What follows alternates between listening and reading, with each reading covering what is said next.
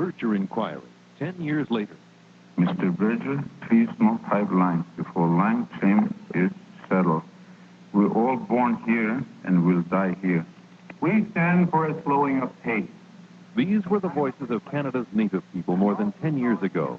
They were trying to stop the largest construction project in Canadian history. The big oil companies wanted to build a pipeline from the high Arctic to markets in the south. The federal government stepped in. It appointed a BC Supreme Court Justice, Thomas Berger, to listen to experts and people who lived in the north. Berger was to decide whether the Mackenzie Valley pipeline should go ahead. Ken McKreith covered much of the inquiry.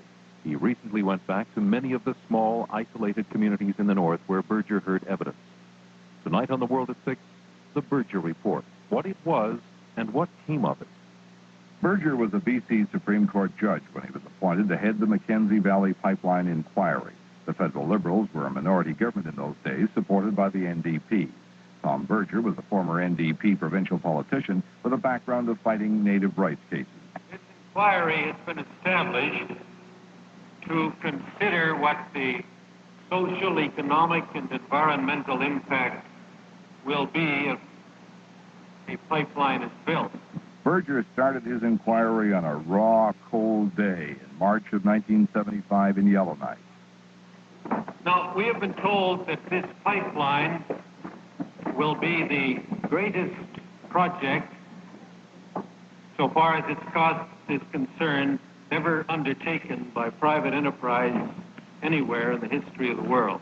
A group of Canadian and American oil and pipeline companies were behind the proposal. The group was called Canadian Arctic Gas Pipeline Limited. It wanted to combine shipments of gas from Alaska and Canada's Mackenzie Delta in a pipeline from the Arctic to southern markets. The pipeline had to cross the sensitive breeding grounds of caribou and birds on the Yukon coast. It had to go under or around one of the world's last unspoiled river deltas. It had to be built in unbelievably harsh weather conditions and run right beside tiny communities that were just entering the 20th century. The evidence at Old Crow demonstrates that for at least 1,000 years, the people of Old Crow have lived in harmony with the porcupine caribou herd and have used the land of the northern Yukon from the southern drainage of the Porcupine River to Herschel Island in the north. Berger made sure people like those from Old Crow could hire experts and lawyers to represent them. He put up money for environmental groups and native organizations. He was convinced the truth would only be found if everyone affected by the pipeline had the money to make their views known.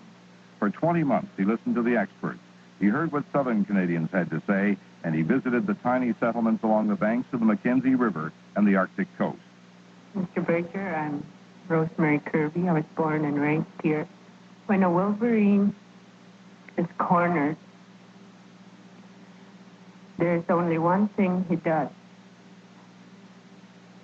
and that is to fight, to survive, to live.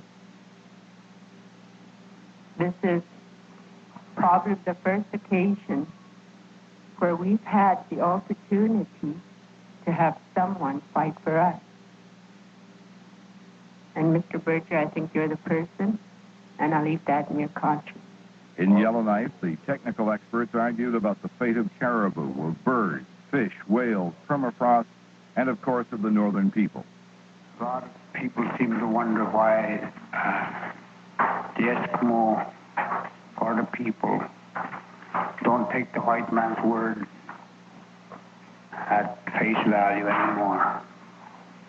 From my point of view, it goes way back, right back to when the Eskimo first seen the white man. Most of them were whalers. The whaler wasn't very nice to the Eskimo. Just took all the whales they could get, and never mind the results.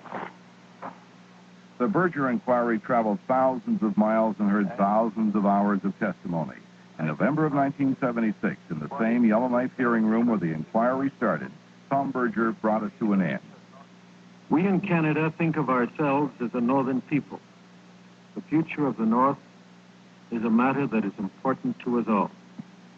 What happens here on the northern frontier, here in the northern homeland, will tell us something about what kind of country Canada is, what kind of people we are.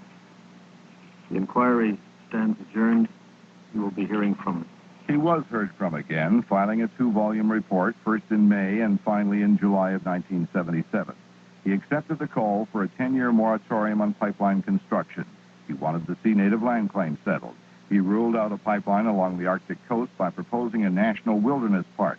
He suggested protection for the birds and whales of the Mackenzie Delta through the creation of sanctuaries. I think that 10 years to settle native claims and then to establish new institutions and new programs that will enable the native people to strengthen their own economy, their renewable resource harvesting economy, that will give them some say in land use, that will enable them to participate in the orderly development of the non-renewable resources of the North as well. I think that's going to take time. Not everyone agreed. Jim Robertson was the mayor of Inuvik when the report was handed in. Well, I think perhaps Inuvik could wait for 10 years, but it would not change the fact that Inuvik will continue to be dependent upon the financial resources of the federal government. But I doubt very much that the rest of the valley can continue for 10 years without becoming a complete basket case and requiring. The government never really accepted the report, but it killed the pipeline anyway. Another factor created the moratorium. A drop in natural gas prices in the late 70s made the pipeline uneconomic. The wildlife sanctuaries haven't been created. The Yukon is setting up its own park on the Arctic coast. 10 years has passed. Has it been long enough? Are the people of the North better prepared for development today? Is there a Berger legacy? We'll try to answer some of those questions in the days ahead. I'm Ken McKreith, CBC News, Yellowknife. The Berger Report, 10 years later. And I think they deserve a chance to work out the future for themselves. And if they're going to have that chance, it seems to me that there has to be a postponement of this proposal to build a gas pipeline. That was Thomas Berger a decade ago as he ended his inquiry into the issue of a natural gas pipeline from the Arctic. The former BC Supreme Court justice spent 20 months looking at the evidence. In the end, he said no, and then he called for a 10-year moratorium to settle native land claims. CBC reporter Ken McKreith covered much of the Berger inquiry. Recently, he returned to the North. He asked the question, if the Mackenzie Valley pipeline were built today, would the Northerners be ready for it, and would they want it? Here is the second of his reports. Rick Hardy was president of the Métis Association 10 years ago. When the hearing started, he opposed the pipeline. By the time the inquiry ended, he changed his mind.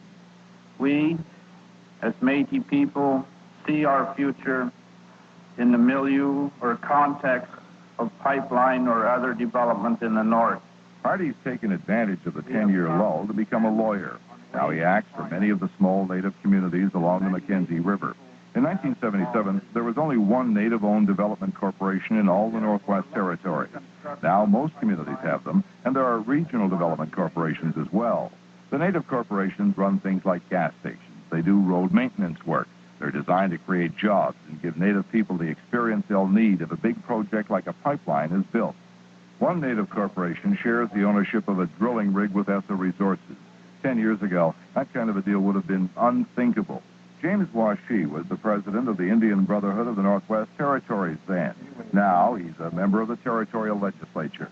We've been reinvesting the profits into purchasing an additional rig, and plus we've got additional contracts, so we can continue to hire Dene Métis people as well as train them. Washee says the 10-year breathing space has been a good thing. The Eskimo people of the Western Arctic have used the breathing space to settle their land claim. The settlement of claims in the Mackenzie Valley is still a year or so away. Most people agree the North has changed dramatically in the past 10 years. But what about the industry? In his report, Berger didn't think it was able to overcome some of the engineering and environmental problems posed by the pipeline. The biggest engineering obstacle had to do with something called frost heave. Southern Canadians see the problem firsthand when road surfaces bulge and crack after a cold winter. It was feared a natural gas pipeline would do exactly the same thing. Today, Randy Gosson is with ESSA Resources in Calgary. 10 years ago, he was part of the environmental group advising the pipeline company. I don't think the state of the art there has really changed much in the last 10 years. I think the situation is basically the same today. 10 years ago, Peter Williams was the inquiry's expert on permafrost and frost heave. He's still looking for solutions in his lab at Ottawa's Carleton University. We're certainly not all the way there, in my view. The companies wanted to bury the pipeline in the ground and cover it with a mound of dirt several feet high. They claimed that would hold the pipe in the ground and prevent damage from frost heave. Later on, it was suggested the mound of dirt would have to be 140 feet high to keep the pipeline in place. There are possible solutions today, but Dr. Williams says they're very expensive. If you had the pipe suspended inside a tunnel on, say, springs or something, the pipe could do what it likes, and the tunnel could be pushed around a bit too, but there wouldn't be any great stress on the pipe, you see, but that's not likely to be a feasible way of doing things. A pipeline has been built along the Mackenzie River. It runs about 900 miles from the Norman Wells oil fields to northern Alberta. It's only a small diameter line. Unlike a frozen natural gas pipeline, it carries warm oil. So the problem is with thawing the ground, not with frost heave. ESSO's Randy Gosson says the problems have only been minor. Nothing has threatened the pipeline itself. I'll look at the way some Northerners are developing their renewable resources tomorrow. Ken McKreith, CBC News, Yellowknife. The Berger Report, 10 years later. You take a handful of money and you take a handful of soil and you burn them both. The money will burn, but the soil will be there. You know. What's money? Money can be spent, but land can be spent. And then to replenish itself, it takes years. This is what Thomas Berger heard from native people wherever he went in the north. Land is like money in the bank. 10 years ago, the big oil companies wanted to build a natural gas pipeline from the high Arctic to markets in the south. Many native groups opposed the plan. They said the pipeline was a threat to the way they had lived for centuries, by hunting and fishing. The federal government appointed Thomas Berger, a BC Supreme Court justice, to decide whether the project should go ahead. After listening to both the oil industry and native people, Berger said the plan should be shelved for 10 years. Ken McKreith covered much of the Mackenzie Valley pipeline inquiry. He recently retraced some of Berger's steps. McKreith found working in the oil industry doesn't guarantee employment in the north, but there is hope for those natives who have had the foresight to develop new businesses based on tradition. To the native people of the north, the land has long been like a bank, like a supermarket. If they needed money, they trapped. If they needed food, they hunted. They saw the $8 billion pipeline as a threat to their way of life. Over 20 months, through countless hearings in small settlements and villages, Thomas Berger heard their plea: no pipeline till land claims are settled. If we go ahead with massive industrialization now, it will, I believe, before long, put an end to the hunting, fishing, and trapping economy. The pipeline didn't go ahead. Most of the north has had time to adapt.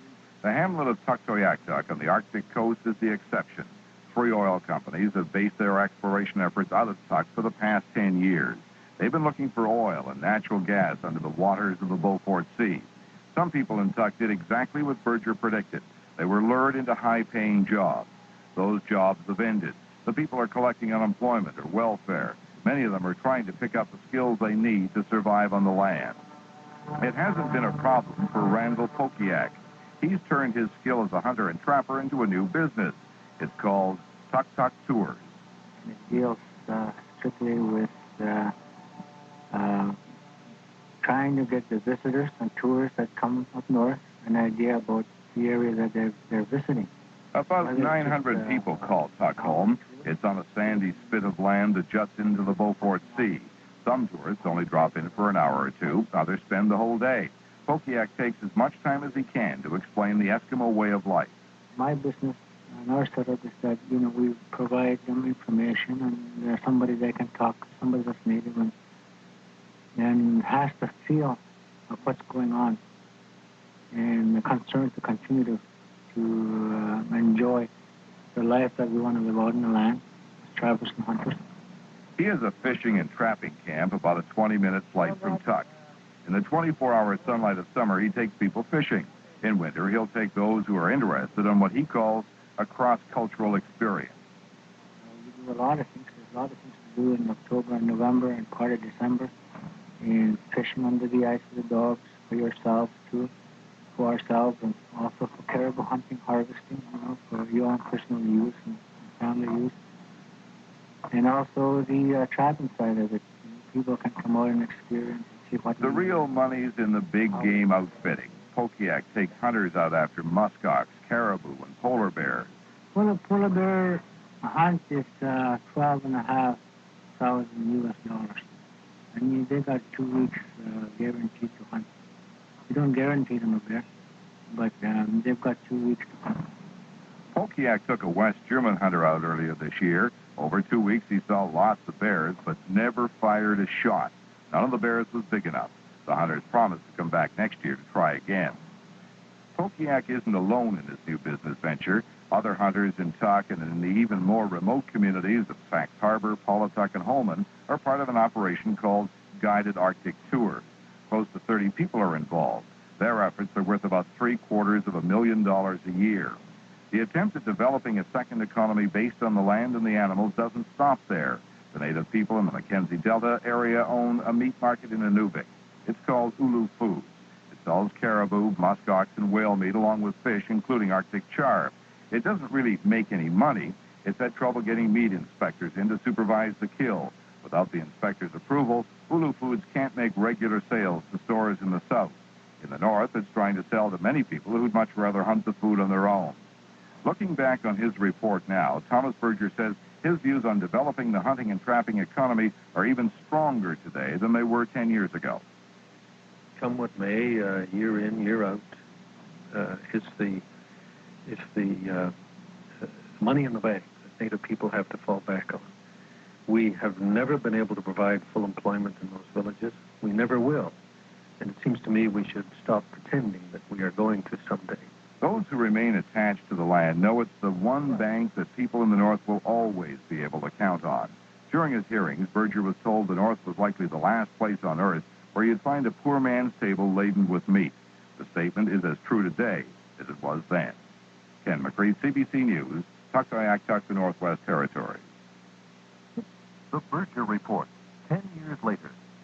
We would like to regain control of our land and our lives before we even discuss development like the proposed pipeline. We have been the owners of this land long before the white man came and formed Canada. This is what Thomas Berger heard from Native people in the North over and over again. We want control of our lives before we begin to talk about whether a pipeline should be built. Berger had been appointed by the federal government to study the impact of a natural gas pipeline from the high Arctic to markets in the south. It would be the biggest construction. For 20 months, Berger listened to both the oil industry and Native people. In the end, he sided with the people. Berger recommended that construction of the pipeline be delayed 10 years. Ken McKreith covered much of the Mackenzie Valley pipeline inquiry. Recently, McKreith returned to the North. He found a lot has changed in the past decade. Native people are no longer afraid they'll be swept into white society. Instead, they're making decisions for themselves by running for and getting elected to local and regional governments. We have always governed our lands before the government came along. Our reality is that there's a very simple choice. Dennis survival with no pipeline, or a pipeline with no Dennis survival. Stephen Caxley grew up in Fort Good Hope. It's a small Indian community on the Mackenzie River. The schools he went to used the books and teaching methods of the Alberta school system. The methods were developed by white educators for white students. Native students told Berger they didn't want to become brown-skinned white men. In his report, Berger said the Native people needed 10 years to settle their land claims and to establish the new institutions and the new programs that a settlement will entail. One claim has been settled.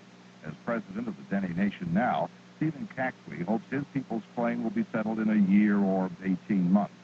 Today, from his office in Yellowknife, he says the education system is slowly changing. Through committees in the tiny villages, parents are beginning to take control over education. You know, they can't be better white people than white people themselves. That if they're racially Native people, then their culture is real and alive and all around them. And it's a real shame. And I think it's hard to live with if you're racially Dene or Métis and you have absolutely no idea of what it means. The Dene Nation's written a history of the Native people. It's being taught in some schools and is about to be accepted by one southern university as a credit for a high school diploma. Caxley says the territorial government has been slow to accept change, even though Native people form the majority in the legislature. The fact that they are in a majority is an example of how quickly other things have changed in the North. During Berger's hearings, James Washee was president of the Dene Nation.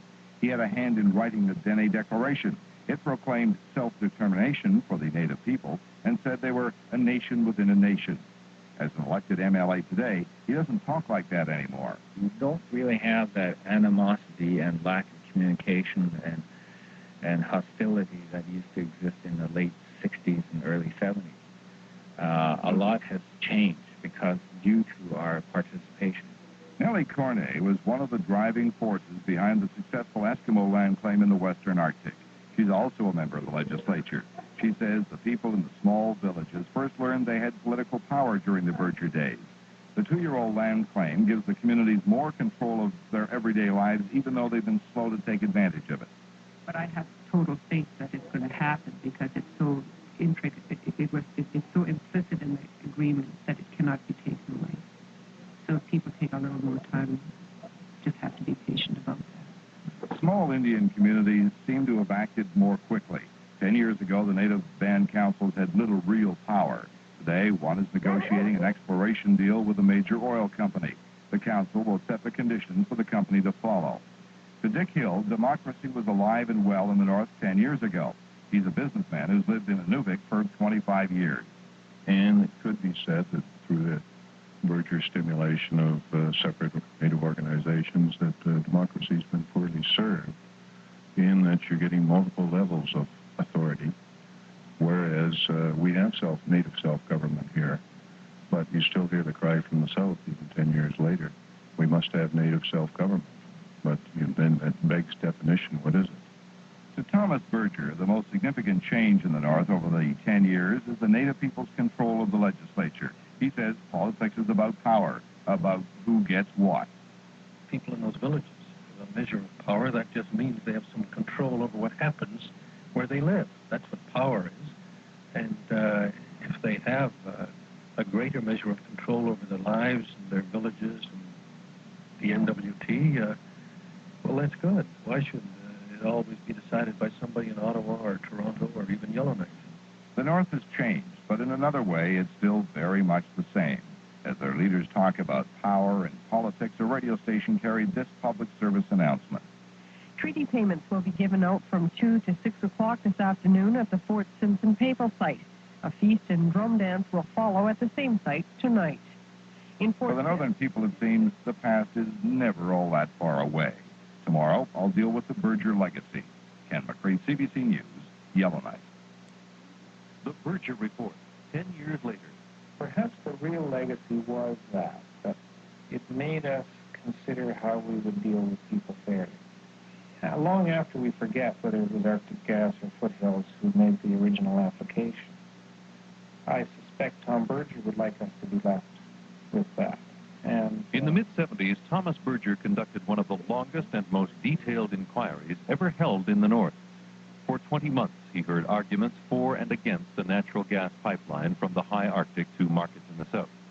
In the end, he recommended that the project be shelved for 10 years.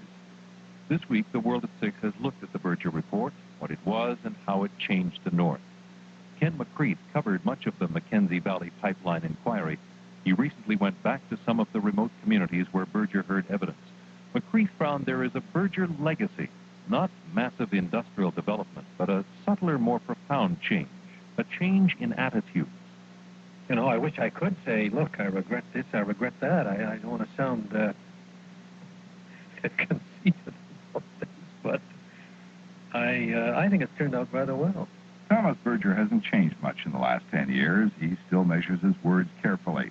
Before his appointment to head the Mackenzie Valley Pipeline Inquiry, he'd been a BC Supreme Court judge with a history of fighting for native rights. After the inquiry, he left the bench. In the early 80s, he spent 2 years preparing a report on the native land claims in Alaska. Now he's back in private law practice in Vancouver. He still visits the North from time to time and has seen the change. We've done a lot to strengthen the condition of Native people. Certainly their legal and constitutional position has been strengthened. They're now dealing from a position of legal and constitutional standing that that means you just can't walk over them. So I think all of that is, I mean, I hate to say that this thing has worked out well, but I really think it has. In his Calgary office, Vern Horty admits he was bitterly disappointed by the Berger Report 10 years ago. He headed the Canadian Arctic Gas Pipeline project. Today, he's almost willing to thank Berger. You know, now when you look with hindsight, had it been built, it would have been a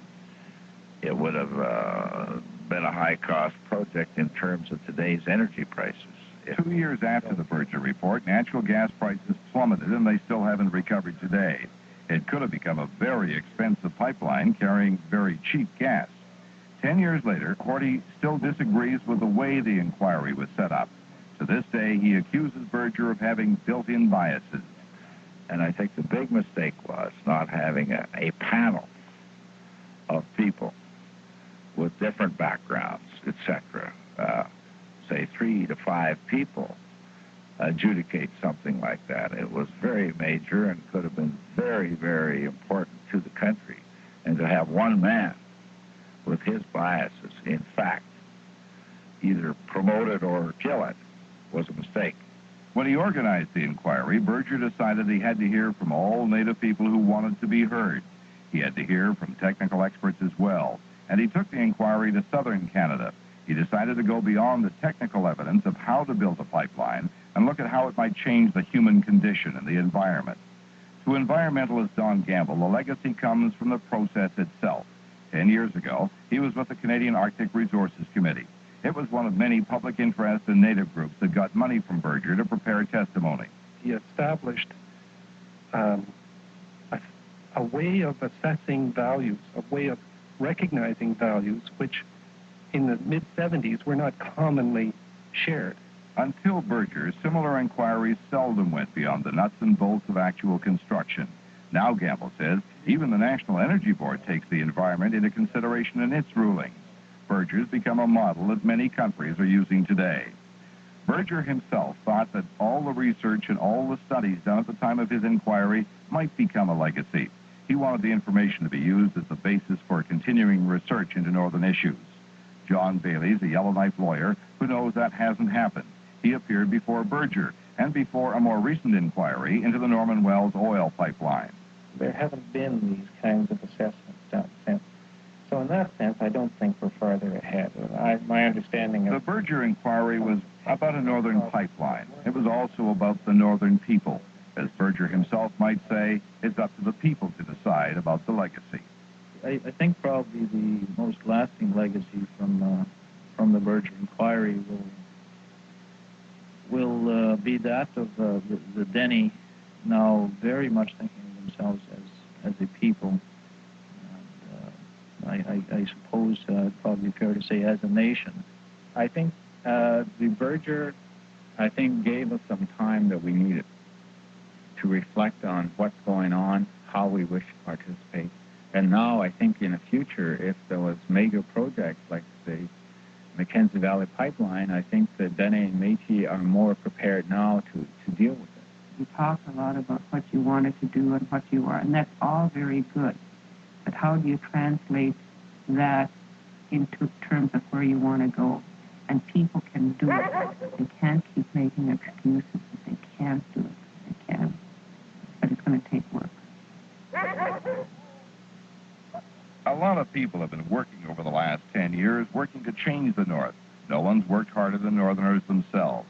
The Native people do have more control over their lives, whether it's in the Legislative Assembly or through stronger band councils. Before, during, and after Berger, there were 2 distinct camps in the North, one white and one Native. In those days, it wasn't hard to find intolerance on both sides. There was a lack of trust. Now there's more trust and perhaps greater understanding. Berger can't and wouldn't take credit for everything that's happened in the past 10 years. He can take credit, though, for helping Canadians redefine what they mean by progress. Until his hearings, progress was seen in the unrelenting march of industry and technology to new frontiers. Since Berger, governments and industry in this country and beyond have had to stop and consider the human and natural environment before they conquered a new frontier. He gave the North time to define progress for itself.